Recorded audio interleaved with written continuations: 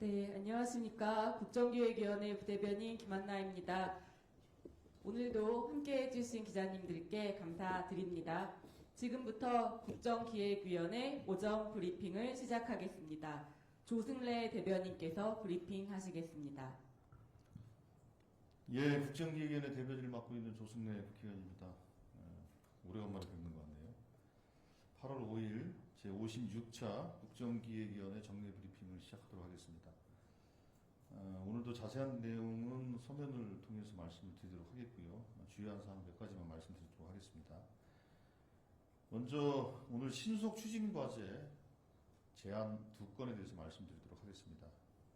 먼저 제21대 대통령 선거 더불어민주당 정책공약집 188페이지에 대통령 임기 내 행정수도 세종을 완성하기 위해 국회 세종의사당과 대통령 세종집무실 임기 내 건립 내용이 명확하게 나와 있습니다.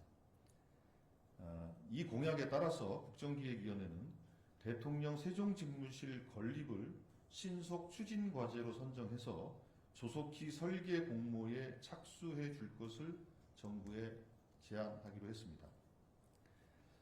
행정중심 복합도시는 2007년 착공한 이래 22개의 중앙행정기관이 이전됐고 국가행정의 중심 역할을 수행하고 있습니다.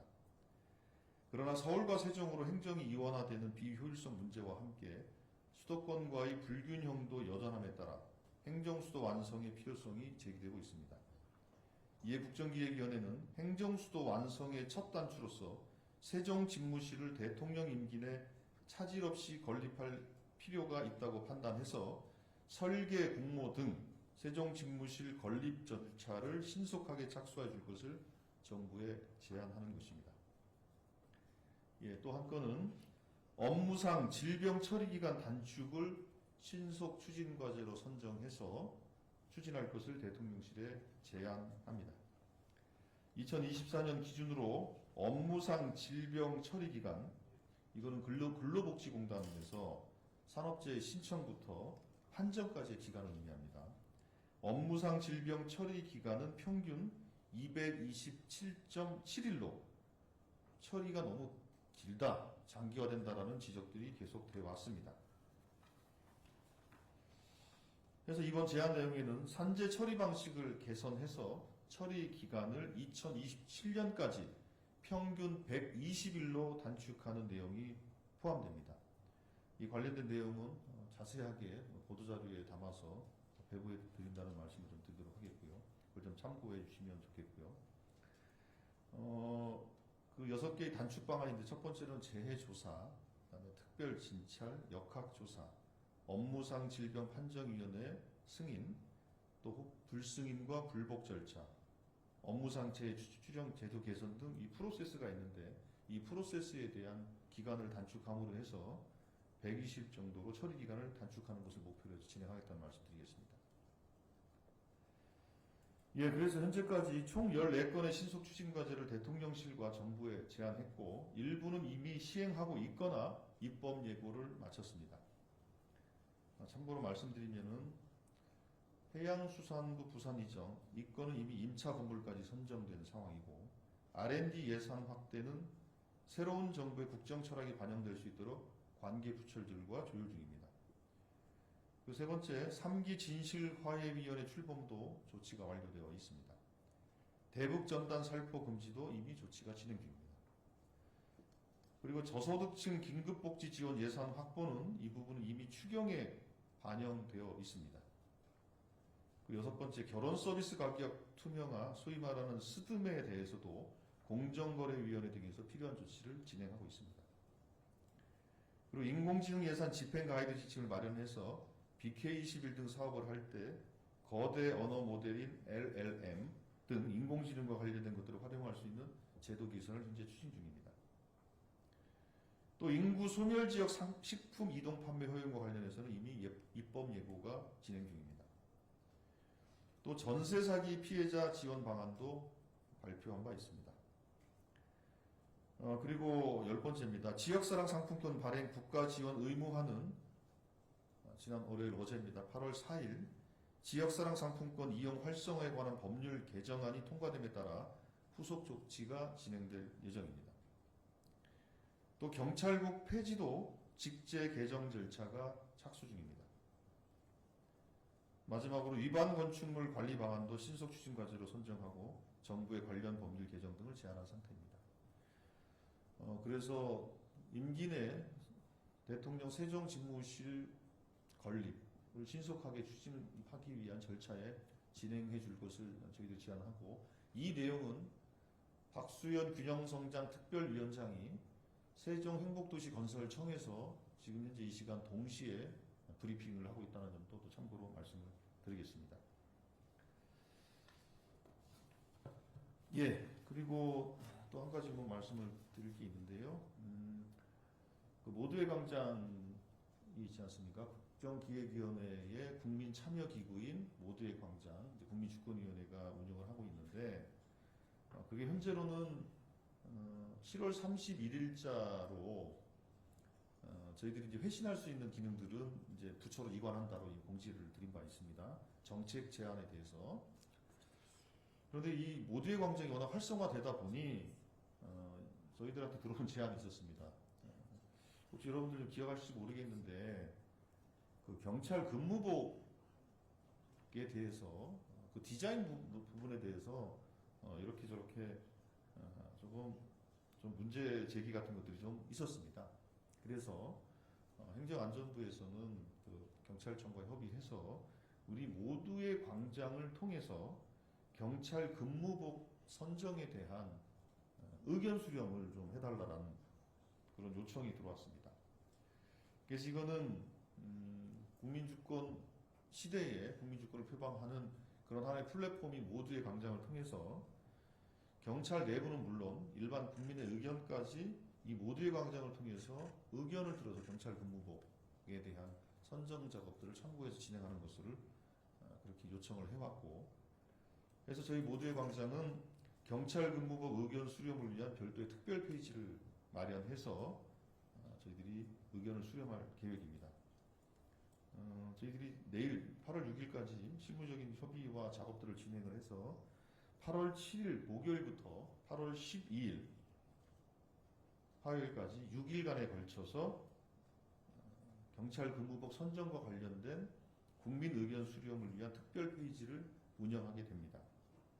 이 내용들은 투표 결과 및 그 투표 결과에 달려 있는 의견들을 저희들이 정리해서 경찰청에 전달할 그런 생각을 갖고 있습니다. 예, 요 점에 대해서는 저희들이 또 별도의 보도자료를 배포할 텐데, 이 경찰 근무복에 관심이 많은 경찰 당사자들 그리고 국민 여러분들께서는 이 모두의 광장에 많이들 접속을 하셔서 의견을 적극적으로 내주시면 좋겠고, 이렇게 내주신 의견에 따라서 말 그대로 시민의 지팡이 역할을 하는 경찰 근무복이 국민들 보시기에도 편안하고 또 경찰관도 편안한 그런 근무복이 선정될 수 있도록 의견을 서로 적극적으로 개진하면 좋지 않을까 싶은 생각이 듭니다. 예, 이 정도 말씀을 좀 드리겠고요. 혹시 질문 있으면 질문해 주시기 바랍니다.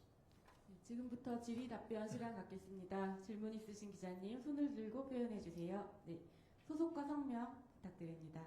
네, 더팩트 김시영입니다. 어제 여당 의총에서 국정과제 초안 전달하신 걸로 알고 있는데 이제 대통령실에 최종안 제출만 남은 건지 여쭙습니다. 예, 일단은 지난 대통령실에 한 2차례 보고가 있었고요. 대통령님한테도 직접적인 보고가 있었습니다. 그래서 사실상 이제 보고는 거의 다 정리가 됐다라고 이해하시면 될 것 같고요.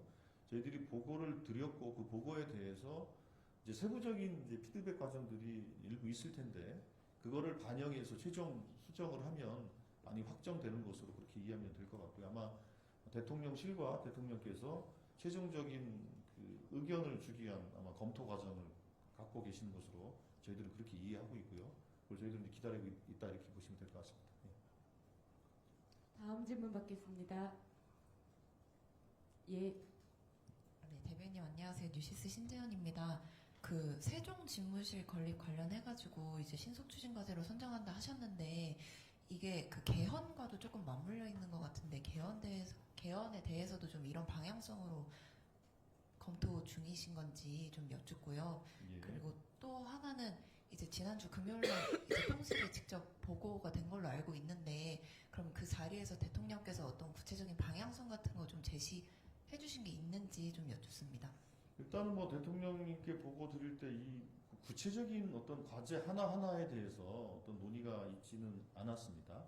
부정을 이 세종 집무실뿐만 아니라 뭐 구체적인 과제들에 대해서는 구체적으로 언급된 바는 없고 이제 큰 틀의 방향이나 이런 것들에 대한 의견 교환은 좀 있었고 또 주문 같은 것들이 있었던 것이고 그거에 따라서 저희들이 정리를 좀 하는 작업을 하고 있는 것이고요. 이 세종 집무실 문제는 그 개헌과는 직접적으로 사실은 관련성은 좀 없습니다. 왜냐하면 이게 대통령의 세종 집무실이 있는 겁니다.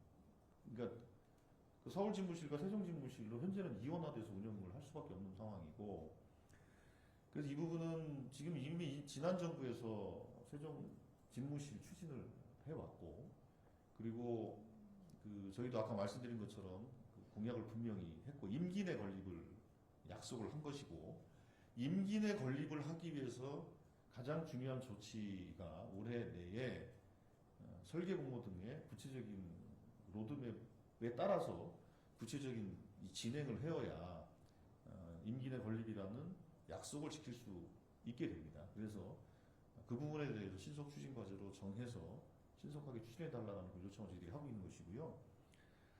행정수도 완성에 대한 여러 가지 구상들은 이 세종 집무실 문제를 포함해서 여러 가지 구상들을 저희들이 현재 하고 있는 것이고, 그런 내용들에 대해서도 국정과제에 포함해서 저희들이 검토했고 의견을 정리했고, 그래서 이미 그런 것들을 다 종합적으로 전달을 한 상태다.